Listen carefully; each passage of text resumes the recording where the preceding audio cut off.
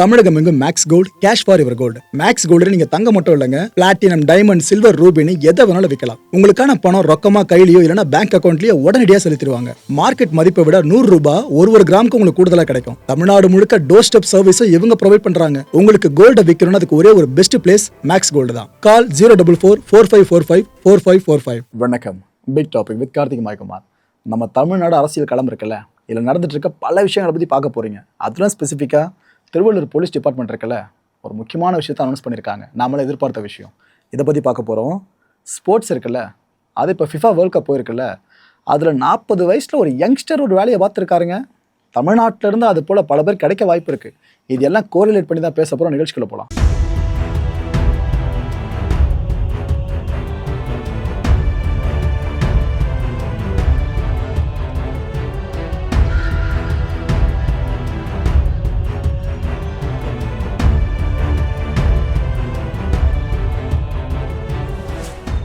நம்ம கும்மிடிப்பூண்டியில் ஒரு 3 வயசு குழந்தைக்கு என்ன கொடுமை ஏற்படுத்தப்பட்டுச்சுன்னு கண்டிப்பாக உங்களுக்கு தெரிஞ்சிருக்கும். அதுக்கப்புறமும் டிபார்ட்மெண்ட் பெருசாக விழிக்காமல் இருக்காங்களே, இது எப்படி சரியாக இருக்கும்? நம்ம முந்தைய வீடியோவில் கேள்வி கேட்டிருந்தோம்.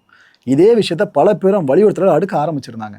என்னங்க புலம்பெயர் தொழிலாளர்கள் சார்ந்து கிரைம் ரேட் இன்க்ரீஸ் ஆகிட்டு இருக்க தமிழ்நாட்டில் என்ன பண்ணுறீங்கன்ற மாதிரி கொஸ்டின்ஸ் அடுக்க ஆரம்பிச்சாங்களா? அதோட எதிரொலி இப்போ வெளியே வர ஆரம்பிச்சிருக்கு. ஏன்னா தொழில் நிறுவனங்கள்லாம் இருக்குல்ல, இங்கே இந்த புலம்பெயர் தொழிலாளர்கள் வேலைக்கு அமர்த்துறவங்க, அந்த ஏஜென்ட்ஸை பற்றி மட்டும் நான் சொல்லலை, இங்கே அவங்கள வேலைக்காக யார் யார்கிட்ட வேலை செய்கிறாங்களோ அந்த கம்பெனிஸை சேர்த்து தான் சொல்கிறேன். அந்த நிறுவனங்களுக்கு நம்ம திருவள்ளூர் போலீஸார் ஒரு எச்சரிக்கையை முன் வச்சுருக்காங்க. இது போல் இந்த வட மாநில தொழிலாளர்கள் இருக்காங்களே, இவங்களை நீங்கள் வேலைக்கு அமர்த்துறதுக்கு முன்னாடி டேட்டா வாங்குறீங்களா இல்லையா, அவங்கள பற்றின விவரங்களை நீங்கள் சேகரிக்கிறீங்களா இல்லையா? அப்படி நீங்கள் சேகரிச்சிங்கன்னா ஓகே, ரைட்டு, பிரச்சனை இல்லை, ஏன்னா எங்ககிட்ட வந்துடும். இன்கேஸ் எதனா கம்பெனி இதை சேகரிக்க தவறுனீங்க அப்படின்னா உங்கள் மேலே கடுமையான ஆக்ஷன் எடுக்கப்படும்னு போலீஸார் எச்சரிக்கை முன் வச்சுருக்காங்க. நான் மனசார என்ன தெரியுமா எதிர்பார்க்குறேன், இதுவரை எச்சரிக்கையாக வார்த்தைகளாக மட்டும் இல்லாமல் இம்ப்ளிமெண்ட் ஆச்சுன்னா நல்லா இருக்குங்க.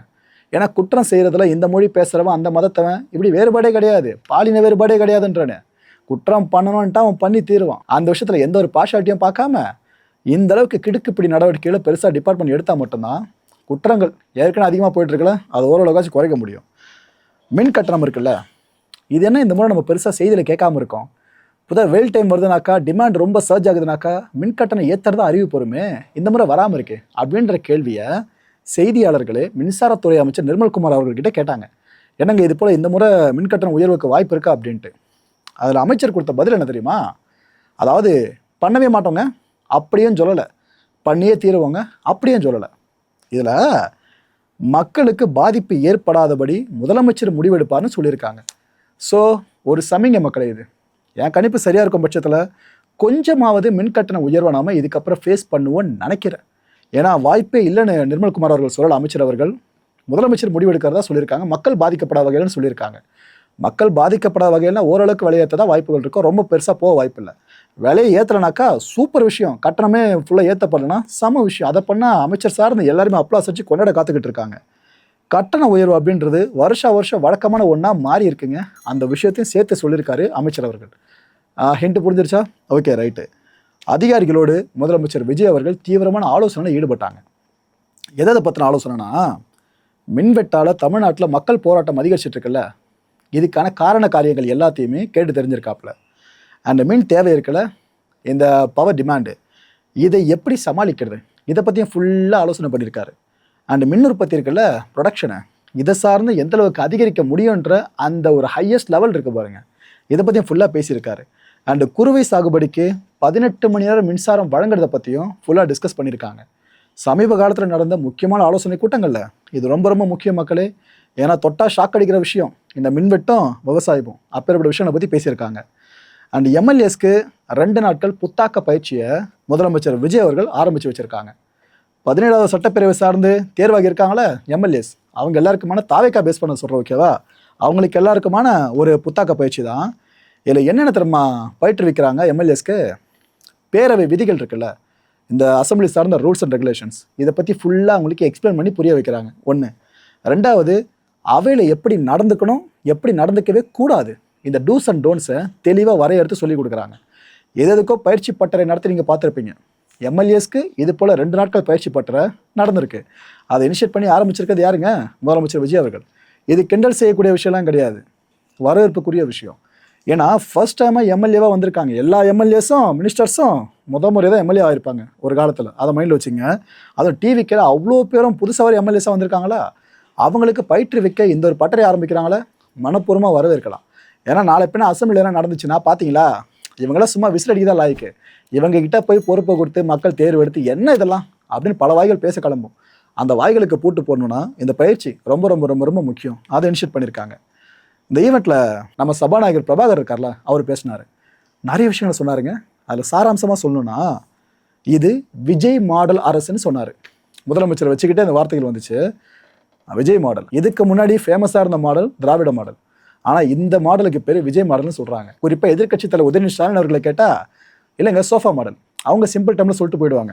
ஆனால் சபாநாயகர் தெளிவாக சொல்லிட்டாப்புல, இது விஜய் மாடல் அரசு, பேசாமல் அமைதி புரட்சியை செய்வேன் அப்படின்றத மக்களுக்கு நிரூபித்து காட்டியிருக்காரு முதலமைச்சர் விஜய் அவர்கள்னு அவர் பயங்கரமாக பேசினார். சிஎம் பக்கத்தில் வச்சுக்கிட்டு இந்த விஷயங்களை பேசியிருக்காங்க.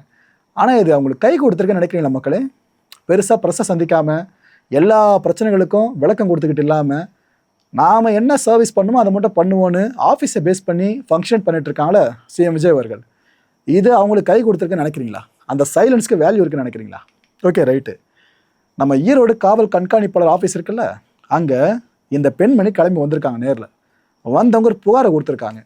அந்த புகார் என்னன்னு படித்து பார்த்தா, ஆஹா இதுக்கு ஒரு முற்றுப்புள்ளி இல்லை போல இருக்கு அப்படின்னு தான் நம்ம சந்தேகிக்கப்படுறதா இருக்குது. அப்படின்னா இப்போ புகார் கேட்குறீங்களா? சொல்கிறேன். கிருஷ்ணகுமார் அப்படின்ற ஒரு நபர், அந்த பர்சனோட வேலையை பார்த்தீங்கன்னா கந்து வட்டி விட்டு அதுக்கப்புறம் சம்பாதிக்கிறது, இதான் வேலையை வச்சுட்டு இருந்திருக்காப்லையா. அந்த அம்மா புகாரில் சொல்கிறத சொல்கிறேன். இந்த நபர்கிட்ட இந்த அம்மா காசு வாங்கியிருக்காங்களாம், ஒரு 2 லட்சம் ரூபாய் வரைக்கும் கடன் வாங்கியிருக்காங்களாம். இதுக்கு வட்டி மேலே வட்டின்னு சொல்லி அந்த அம்மா கட்டி எவ்வளோ தூரமாக எடுத்துகிட்டு போயிருக்காங்களாம், 6 லட்சம் ரூபாய் வரைக்கும் கட்டி முடிச்சிட்டாங்களாம். வட்டியே அவ்வளோ போயிட்டுருக்கான். ஆனால் இதுக்கப்புறமும் இல்லை நீ முழுசாக வட்டி கட்டி முடிக்கலன்னு சொல்லிட்டு அந்த மனுஷன் டார்ச்சர் பண்ணியிருக்காப்லையா. கூடுதலாக பணம் கேட்டு இந்த அம்மாவை அவ்வளோ டார்ச்சர் பண்ணியிருக்காராம். ஒரு கடத்துக்கு என்ன சொல்லியிருக்காரா, முடிஞ்சால் காசு கொடு, வட்டி இன்னும் இருக்குது, அப்படி முடியலையா நான் ஒரு விஷயம் சொல்கிறேன் ஒத்துக்கோ, வேறு ஒன்றும் இல்லை, கிட்னி இருக்குல்ல உன் கிட்னி, இதை எடுத்துடலாம், நல்ல காசு கிடைக்கும், அந்த கிட்னி எடுத்து நானே உன்னை ஹாஸ்பிட்டலில் கூப்பிட்டு போகிறேன்னு மிரட்டிருக்காப்லையா அந்த அம்மாவை. நீ எவ்வளோ சீக்கிரம் முடியுமோ அவ்வளோ சீக்கிரம் கிட்னியை விற்று எனக்கு காசை கொடுன்னு அந்த மனுஷன் சொல்லியிருக்காராம். இந்த அம்மா இது எல்லாத்தையுமே எழுதி புகாராக கொடுத்துட்டாங்க. இப்போது அந்த அம்மா மற்ற புகாரை கொடுத்துருந்தா இவ்வளோ பெரிய விஷயமா மாறி இருக்குமான்னு தெரியல. தமிழ்நாட்டில் ஏற்கனவே பெரிய அதிர்வலை ஏற்படுத்தினது இந்த கிட்னி திருட்டு, முறைகேடு இல்லை திருட்டு, அந்த விஷயம் சம்மந்தமாக அதிர்வலை ஏற்பட்டுச்சு. இந்த அம்மா அதை புகார் கடிதத்தில் கொடுத்துருக்காங்க. அப்படின்னா நம்ம மனசில் ஒரு பெரிய ஐயம் எழ ஆரம்பிச்சிருக்குல்ல. அப்படின்னா ஸ்டில் இன்னமும் கிட்னி திருட்டு சார்ந்து அங்கங்கே சில சம்பவங்கள் நடந்துக்கிட்டு இருக்கா என்ன?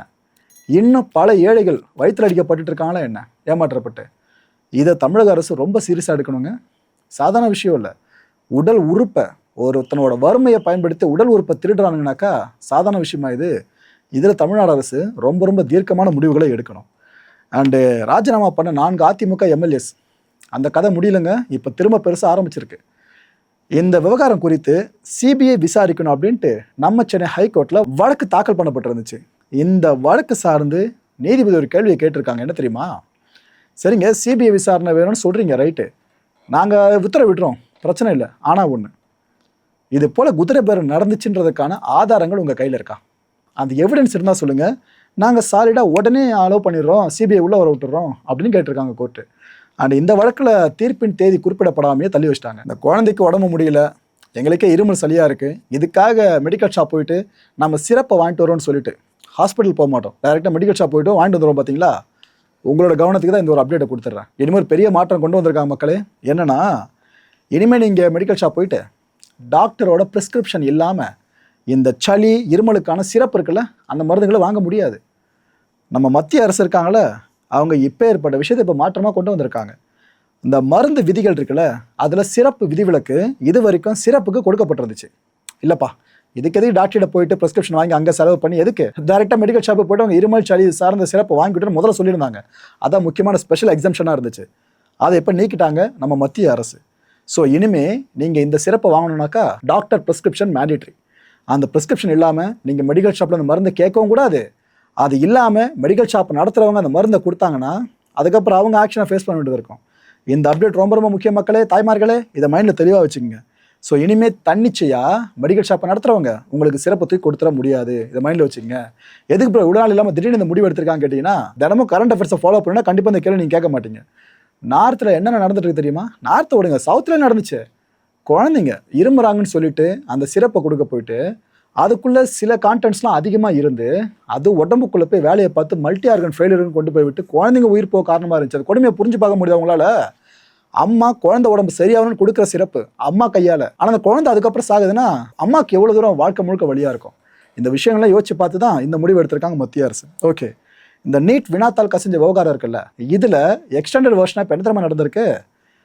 இந்த வினாத்தாள் விஷயத்தில் ஃபுல்லாக டெலிகிராம் ஒரு பெரிய ரோலை ப்ளே பண்ணியிருக்கு அப்படின்னு கண்டுபிடிச்சிட்டாங்க. கண்டுபிடிச்சவங்க இந்த மறுதேர்வு முடிகிற வரைக்கும் டெலிகிராம் அப்ளிகேஷன் இருக்குல்ல, அதை இந்தியா முழுக்க பேன் பண்ணியிருக்காங்க. இப்போ நடந்திருக்க விஷயம் இது. இந்தியா முழுக்க இந்த எக்ஸாம் முடிஞ்சிற வரைக்கும் பேனு. வர 22ஆம் தேதி வரைக்கும் இந்த தற்காலிக தடை தொடரும்னு இப்போ அனௌன்ஸ் பண்ணப்பட்டிருக்கு. ஒரு விஷயம் நடந்துச்சுன்னா மூளை எங்கன்னு பார்த்துட்டு அது வரைக்கும் தற்காலிக தடை விதிக்கிற அளவுக்கு இப்போ போயிருக்காங்க. ஆனால் நிரந்தர தடை விதிக்கிற அளவுக்குலாம் பெருசாக இன்னும் அதில் நடக்கலை. பார்ப்போம் ஃப்யூச்சரில் என்ன நடக்க போகுதுன்னு சொல்லிட்டு. இந்த நீட்டு வினாத்தாள் கசிவு இருக்குல்ல, இதில் மத்திய அரசு தான் ஃபுல்லாக பொறுப்பெடுத்துக்கணும். இந்த கல்வித்துறை அமைச்சர் இருக்கல தர்மேந்திர பிரதான் அவர்கள், இவர் பதவி விலகணும்னு சொல்லிட்டு இந்த கரப்பாம்பூச்சிகளோட தலைவர் இருக்கார்ல, இந்த காக்ரோச் ஜனதா பார்ட்டியோட நிறுவனர் அபிஜித் தீப்கே, இவர் போராட்டத்தில் ஈடுபட்டிருந்தார் பாருங்க. இவரை ஆதரவாளர்கள்லாம் தோளில் தூக்கி அப்படி வந்தால் இங்கே ஆரவாரத்தோடு அவர் இங்கே கையசிட்டே வந்துட்டு இருந்தாப்புல, மிதந்து வந்துட்டு இருந்தாப்புல. அப்போ கூட்டத்தில் இருந்தவங்க என்ன நினச்சாங்களோ ஏது நினச்சாங்களோ பலர்னு கன்னத்தில் பளிச்சுன்னு வச்சுருக்காங்க யாரோ அபிஜித்துக்கு. அந்த அடியை வாங்கி அவர் நில குறைஞ்சிட்டு இருக்காரு. இப்போ அந்த காட்சி வெளியே வந்திருக்கு.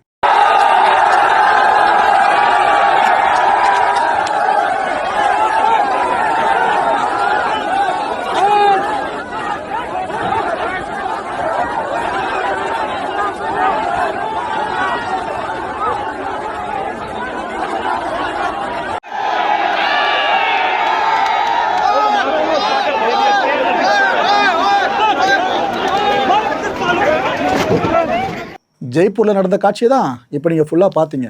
அபிஜித்துக்கு எந்த அளவுக்கு அடிச்சிருக்காங்கன்னு. அவர் இதுக்கப்புறம் என்ன எதிர்வினை எதுக்கு ஆற்ற போகிறாரு தெரில மக்களே. கூட்டத்தில் எப்படி அவங்க கலந்தானு தெரில. இதுக்கப்புறம் தான் போக தெரில அந்த விஷயம்லாம்.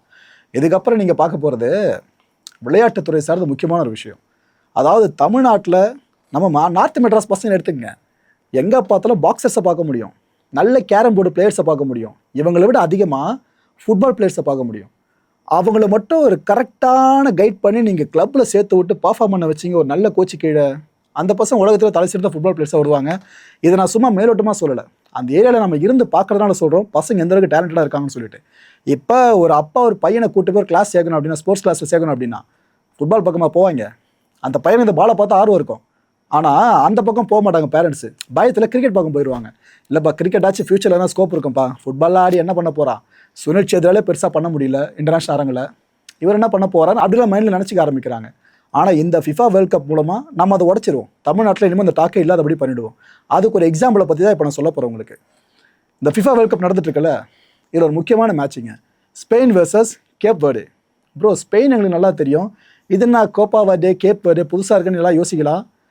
இனிமேல் உலகம் ஃபுல்லாக அந்த கேப் வேர்டு தான் ஃபுல்லாக ஃபேமஸாக இருக்க போகுது. அப்பேற்பட்ட விஷயத்த பண்ணியிருக்காங்க அந்த டீமு. ஸ்பெயின் என்னென்ன சம்பவம் பண்ணியிருக்கு ஃபிஃபா வேர்ல்ட் கப்பில், அவங்க சாம்பியனாக இருந்திருக்காங்க. அப்பேற்பட்ட டீமு இந்த முறை கோப்பை அடிக்கிறதுக்கு தகுதி உள்ள டீமாக கருதப்பட்டது ஸ்பெயின் தான். அப்பேற்பட்ட ஒரு டீமை இந்த தம்மத்தோண்டு டீம் எதிர்கொள்ளுதுங்க, இந்த கேப் வேர்டு. இந்த கேப் வேர்டு சொன்ன பார்த்தீங்களா, இந்த டீமோட கோல் கீப்பர் அவர் பேர் ஜோசிமர் வாசினா டயஸ். 40 வயசு, அந்த கோல் கீப்பரோட வயசு 40. இந்த மனுஷன் இந்த மேட்ச்சில் ஸ்பெயின் வீரர்கள்லாம் அவ்வளோ ட்ரை பண்ணுறாங்க கோல் அடிக்கிறதுக்கு, ஒரு கோலை கூட உள்ளங்க. எல்லா பந்தையும் தடுத்துக்கிட்டே இருந்தாப்புல பறக்கிறார், லிட்டரலாக சோர்வையே பார்க்க முடியல. அந்த ஸ்பெயின் பிளேயர்ஸ்லாம் என்னப்பா இவர் சுவர் மாதிரி அடிக்கிறாருன்னு பதறாங்க ஒவ்வொருத்தரும். எப்பேற்பட்ட டீம் அது. ஆனால் நம்ம ஓசினா இருக்கார்ல, சளைச்சே போலியே. கிட்டத்தட்ட 27 ஷாட்ஸு இந்த கோல் போஸ்ட்டை நோக்கி இந்த ஸ்பெயின் வீரர்கள் அடித்தாங்க.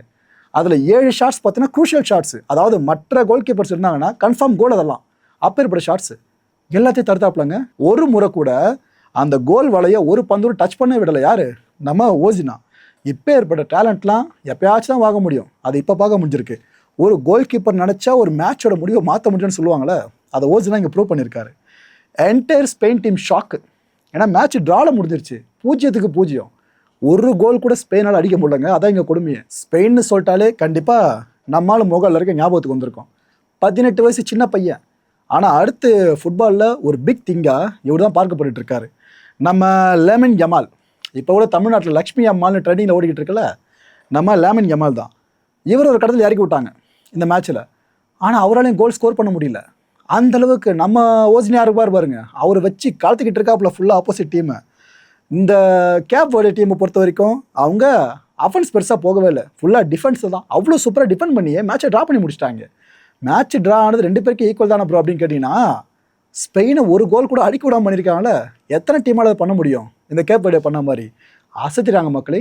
தம்மத்தொன்று டீம்னு நினச்சா தலைவன் ஒத்தால அவ்வளோ பெரிய ஸ்பெயின் கதையை முடிச்சு விட்ருக்காப்புல. இந்த ஓசினாவோட இன்ஸ்டாகிராம் பேஜ் இருக்குல்ல, அது இந்த மேட்ச்சுக்கு முன்னாடி வரைக்கும் 50K ஃபாலோவர்ஸ் மட்டும் தான் இருந்தாங்க. இந்த மேட்ச் முடிஞ்ச அடுத்த சில மணி நேரங்களில் என்ன தெரியுமா ஆயிடுச்சு, 6 மில்லியன் ஃபாலோவர்ஸை தாண்டி ஓடிக்கிட்டு இருக்கு. உலகம் முழுக்க ஓவர் நைட் நம்ம ஓசினா ஃபேமஸ் ஆகிட்டாருங்க. அவருக்கு நிக்நேம் என்ன தெரியுமா? அவர் லோக்கலில் விளையாடும் போது பிக் லெஜண்ட், வயசாயிடுச்சுல இதை குத்தி கட்டுற மாதிரி, அப்புறம் கிரேசி கேமர்னு சொல்லுவாங்க. ஏன்ப்பா உனக்கு மூச்சே வாங்காதா, நீ டயர்ட் ஆக மாட்டியா, இப்படி பால் அங்கங்கே பாஞ்சு பிடிச்சிக்கிட்டு இருக்க? இந்த 2 நிக்நேமு கிடைக்கிறதுக்கு காரணம் இதுதான். நம்ம ஓசினா இந்த மேட்ச் முடிஞ்சதை அழுதுட்டாருங்க. பார்த்துருப்பீங்கன்னு நினைக்கிறேன் மேட்ச் பார்த்தவங்க. நாங்களாம் பார்க்குறப்ப என்னப்பா யார்ப்பா அந்த கோல் கீப்பரும் தேட ஆரம்பிச்சிட்டோம், அப்படியே கூகுள் பண்ண ஆரம்பிச்சிட்டோம். அப்படி இருந்துச்சு தரவுடைய பர்ஃபார்மன்ஸு. இவரோட அழுகைக்கான காரணத்தை அவரே சொன்னார். என்னன்னா, இவரை வளர்த்தது அவரோட தாத்தா பாட்டி அண்ட் அவரோட அம்மா. இந்த தாத்தா பாட்டி இருக்காங்களே, இவங்களும் சரி அம்மாவும் சரி, நாம் ஒரு பெரிய அரங்கில் விளையாடுவோம் ஃப்யூச்சரில் ஃபுட்பால். அப்போ நம்ம மேட்ச் அவங்க பார்க்க வரோம் நேரில். ஒரு முறை பார்க்க வந்தால் போதும், எனக்கு அது சந்தோஷம். இந்த கனவுலேயே வாழ்ந்துட்டு இருந்திருக்காப்புல, நல்ல பர்ஃபார்ம் பண்ணி நம்ம ப்ராக்டிஸ் பண்ணிட்டு இருந்திருக்காப்புல. இவரோட தாத்தா பாட்டி சில ஆண்டுகளுக்கு முன்னாடி தவறிட்டாங்க. ஸோ அவங்க இவரை நேரில் வந்து பார்க்கணும், மேட்ச் நல்லா பர்ஃபார்ம் பண்ணதை பார்க்கணுன்ற ஆசை தவிடுபடி ஆயிடுச்சா. அடுத்த ஒரே ஒரு கனவு, அவங்க அம்மா இருக்காங்களே, அவங்க வந்து ஒரு மேட்ச் பார்க்கணும். யோசிச்சு பாருங்களேன், நம்ம புள்ள வேர்ல்டு கப்பில் விளாட்றான், நம்ம போய் பார்த்தா எப்படி இருக்கும்? எல்லா அம்மாவுக்கும் எவ்வளோ ஆசை இருக்கும். இவருக்கு அந்த ஆசை ரொம்ப பெருசாக இருந்துச்சுங்க. கஷ்டப்பட்டு எங்கள் அம்மா வளர்த்தாங்களே, அவங்க வந்து பார்க்கணும்னு அந்த ஃபிஃபா வேர்ல்டு கப் ஆறதை பார்க்கணும் அப்படின்னு சந்தோஷத்தில் இருந்திருக்காப்புல, எதிர்பார்ப்பில் இருந்திருக்காரு. நினச்சா மாதிரி அந்த மேட்ச்சில் விட ஹீரோ. உலகம் முழுக்க ஓசினான்னு எல்லாம் தேட ஆரம்பிச்சிட்டாங்க. ஆனால் கொடுமை என்னென்னா, அந்த அம்மாவால் அமெரிக்காக்குள்ளே வர முடியல. இதில் இன்னொரு கொடுமை என்ன தெரியுமா? போதிய அளவு காசு இல்லைங்க. எல்லா புகழும் டொனால்ட் ட்ரம்ப்புக்கு. அவர் அந்த விசா வாங்குறது சார்ந்த அமௌண்ட்டில் ஏற்றி வச்சார், ஞாபகம் இருக்கா? அந்த ரூல்ஸ்லாம் ஸ்ட்ரென்தன் பண்ணி அதில் பாதிக்கப்பட்டவங்கள ஓசினாவோட அம்மாவும் ஒருத்தவங்க. பாருங்க, இவ்வளோ பெரிய பிளேயரு, உலகமே திரும்பி பார்க்க வச்சிருக்க பிளேயரு, பெருசாக அவங்க அம்மாவால் காசு இல்லைன்ட்டு பையன் ஆட்டத்தை நேரில் பார்க்க முடியாமல் போயிடுச்சு. எனக்கு தெரிஞ்சு இதுக்கப்புறம் அமெரிக்க அரசு அந்த அம்மா கூட்டு வந்து எல்லா மேட்சிலும் உட்கார வச்சு ஆச்சரியப்படுத்திக்கல. ஓசினாவோட லைஃப் நமக்கே பயங்கரமான ஒரு இன்ஸ்பிரேஷனாக இருக்குல்ல. ஓசினா எப்போ திரும்ப நேஷனல் டீமுக்குள்ளே வந்தாப்புல 2012 வருஷம். அப்பயே பல பேரை கலாய்க்க ஆரம்பிச்சிட்டாங்க. நான் இது இவ்வளோ சீனியராக அது இது எல்லாம் பேச ஆரம்பிச்சிட்டாங்க. ஆக்சுவலாக டெய்லி மேனிஃபெஸ்ட் பண்ண வராங்க. காலைல தூங்கி எழுந்ததுமே இது போல் வேர்ல்டு கப்பை நான் ஆடணும், வேர்ல்டு கப் ஆடணும், நம்ம நாடு ஆடணுன்ற விஷயத்த திரும்ப திரும்ப திரும்ப மேனிஃபெஸ்ட் பண்ணிகிட்டே இருந்தவர். கடைசியில் இப்போ கனவு நிறைவேறிடுச்சா? இது இன்னும் எனக்கு கனவுல இருக்க மாதிரி தான் இருக்குன்னு ஓசினா சொல்லியிருக்காரு. இங்கே தான் அப்துல் கலாம் ஐயா சொன்ன ஒரு கோட் இருக்கு பாருங்க, அது ஞாபகம் வருது. தம்பி, தூக்கத்தில் வர்றது கனவு இல்லை, உன்னை தூங்க விடாமல் பண்ணுது பார்த்தியா, அதான் கனவுன்னு அவர் சொல்லியிருப்பாரு. லிட்டரலாக ஓசினோட வார்த்தைகள் அவரோட வார்த்தைகளோட தான் கனெக்ட் ஆகி நிற்குது. இந்த கேப் வேர்டோட பாப்புலேஷன் எவ்வளோ தெரியுமா? மக்கள் தொகை 5 லட்சம் பேர், வெறும் 5 லட்சம் பேர். ஆனால் அந்த 5 லட்சம் பேரில் ஓசினா இருக்கார். நம்ம இந்தியா விடுங்க, தமிழ்நாட்டோட பாப்புலேஷனை விட 8 கோடி பேர், கோடி கணக்கில் இருக்கோம். இங்கே ஒரு ஓசினா கூடவா இல்லை? நான் அடித்து சொல்கிறேன், இங்கே ஒன்றும் இல்லை, லட்சக்கணக்கான ஓசினாஸ் இருக்காங்க நம்மளோட தமிழ்நாட்டில். சென்னையில் எடுத்துக்கங்க. ஆனால் அவ்வளோ ஓசினாஸ் தான் என்ன பிரயோஜனம்? அவங்களுக்கு கரெக்டாக கைட் பண்ணவோ, அவங்களுக்கு கரெக்டாக அங்கீகாரம் கொடுக்கவோ, அவங்களுக்கான பயிற்சியை ஒழுங்காக வழங்கவோ, திறமையை தேடி கண்டுபிடிச்சி ஹையர் ஸ்டாண்டர்டு கொண்டு போகிற அளவுக்கு அரசு உதவியை வழங்கியோ நான் பெருசாக பார்க்கல. இந்த நாளுமே நடக்கவே இல்லை. ஸோ திறமை இங்கே இருக்குது, அதை அறுவடை பண்ணுற அளவுக்கு ஆட்கள் இங்கே பெருசாக இல்லாமல் இருக்காங்க. எப்போ பார்த்தாலும் கிரிக்கெட்டே பிடிச்சி தொங்கிட்டு இருந்தா எப்படி இதெல்லாம் கண்ணுக்கு தெரியும்? ஃபுட்பால்லாம் இந்த ஸ்போர்ட்ஸ் மினிஸ்ட்ரி இருக்குல்ல, இந்திய அரசில் சொல்லலை, நம்ம மாநில அரசில் சொல்கிறேன். ஆதவ அர்ஜுனா அவர்கள் நல்ல பேஸ்கெட் பால் பிளேயர், கண்டிப்பாக ஃபிஃபா வேர்ல்டு கப் அவரும் பார்த்துட்டு இருப்பார் நம்புகிறேன். ஸோ நம்மளோட மாநிலத்துக்குள்ளே இருக்க லட்சக்கணக்கான ஓசினாஸ் இருக்காங்களே, அவங்கள தேடி கண்டுபிடிச்சி ஒரு டேலண்ட் ஸ்கவுட் நடத்தி திறமையான பசங்களை பிடிச்சி நீங்கள் உள்ளே போட்டு டீமை ஃபார்ம் பண்ணுங்க. உலகம் முழுக்க தமிழ்நாட்டை அந்த டீம் திரும்பி பார்க்க வைக்கும். அந்த நம்பிக்கை எனக்கு முழுசாக இருக்குது. பசங்க அவ்வளோ டேலண்டடாக இருக்காங்க. கரெக்டாக மட்டும் நம்ம கைட் பண்ணோம். ஒலிம்பிக்ஸில் தமிழ்நாட்டு பசங்க போயிட்டு அசைத்துட்டு வருவாங்க. சர்வதேச அளவில் இந்தியா தலைமுறை தமிழ்நாட்டு பசங்க காரணமாக இருப்பாங்க. பண்ணுவாங்கன்னு நினைக்கிறேன், பார்ப்போம். மக்கள் இந்த கான்டென்ட்டை பொறுத்தவரைக்கும் நாமளும் எதிர்பார்க்க வேண்டிய ஒரே ஒரு விஷயம், தமிழகத்தோட போட்டி அப்படின்றது இந்திய மாநிலங்களுக்கு இடையில் இருக்கக்கூடாது, நாடுகளுக்கு இடையில் இருக்கணும். நான் அந்தளவுக்கு நம்ம மாநிலத்தை தெளிவாக நம்புகிறேன், எல்லா விஷயம் பேஸ் பண்ணியும். அடுத்த நிகழ்ச்சியை சந்திக்கலாம். நன்றி, வணக்கம். தமிழகம் எங்கும் Max Gold, cash for your gold. Max Gold நீங்க தங்க மட்டும் இல்லைங்க, பிளாட்டினம், டைமண்ட், சில்வர், ரூபினி எதை வேணாலும் விற்கலாம். உங்களுக்கான பணம் ரொக்கமா கையிலயோ இல்லைன்னா பேங்க் அக்கௌண்ட்லயோ உடனடியாக செலுத்திடுவாங்க. மார்க்கெட் மதிப்பை விட 100 ரூபாய் ஒரு கிராமுக்கு உங்களுக்கு கூடுதலா கிடைக்கும். தமிழ்நாடு முழுக்க டோர் ஸ்டெப் சர்வீஸ் இவங்க ப்ரொவைட் பண்றாங்க. உங்களுக்கு கோல்ட விற்கணும்னு அதுக்கு ஒரே ஒரு பெஸ்ட் பிளேஸ் மேக்ஸ் கோல்டு தான். கால் 04445454545. என் அன்பார்ந்த மாயம் ஸ்டுடியோஸ் நேயர்களே, மாயம் பக்தின்னு ஆன்மீகத்துக்காக பிரத்யேகமா ஒரு சேனலை கொண்டு வந்திருக்கோம். மறக்காம சப்ஸ்கிரைப் பண்ணி அந்த சேனலுக்கு உங்களோட ஆதரவை மனப்பூர்வமா தெரிவிங்க. வணக்கம் மாயம் ஸ்டுடியோஸ் நண்பர்களே. மாயம் ட்ரெண்ட்ஸ் அப்படின்ற ஒரு புதிய ஃபேஸ்புக் பேஜை ஓப்பன் பண்ணியிருக்கோம். நீங்கள் யூடியூப்பில் பார்த்துட்டு இருக்கீங்களா நம்மளோட கான்டென்ட்ஸ்லாம், இதெல்லாம் விட ஒரு படி மேலே ரொம்ப கிறிஸ்பாகவும் ரொம்ப சூப்பராகவும் நிறைய கான்டென்ட்ஸ் உங்களுக்கு இந்த பேஜில் காத்துட்ருக்குங்க. ஸோ உடனடியாக ஃபேஸ்புக் பிளாட்ஃபார்ம் போங்க, மாயம் ட்ரெண்ட்ஸ்னு டைப் பண்ணி சர்ச் பண்ணி நம்ம பேஜை ஃபாலோ பண்ணுங்கள். அப்படியே நம்ம சேனலையும் நீங்கள் சப்ஸ்கிரைப் பண்ணிட்டீங்க அப்படின்னா இன்னும் நிறைய புது கான்டென்ட்ஸை உங்களுக்காக ப்ரொடியூஸ் பண்ணி கொடுத்துக்கிட்டே இருப்பாங்க. நீங்கள் பண்ணுற ஒவ்வொரு சப்ஸ்கிரிப்ஷனும் எங்களுக்கு பெரிய மோட்டிவேஷனாக அமையும்.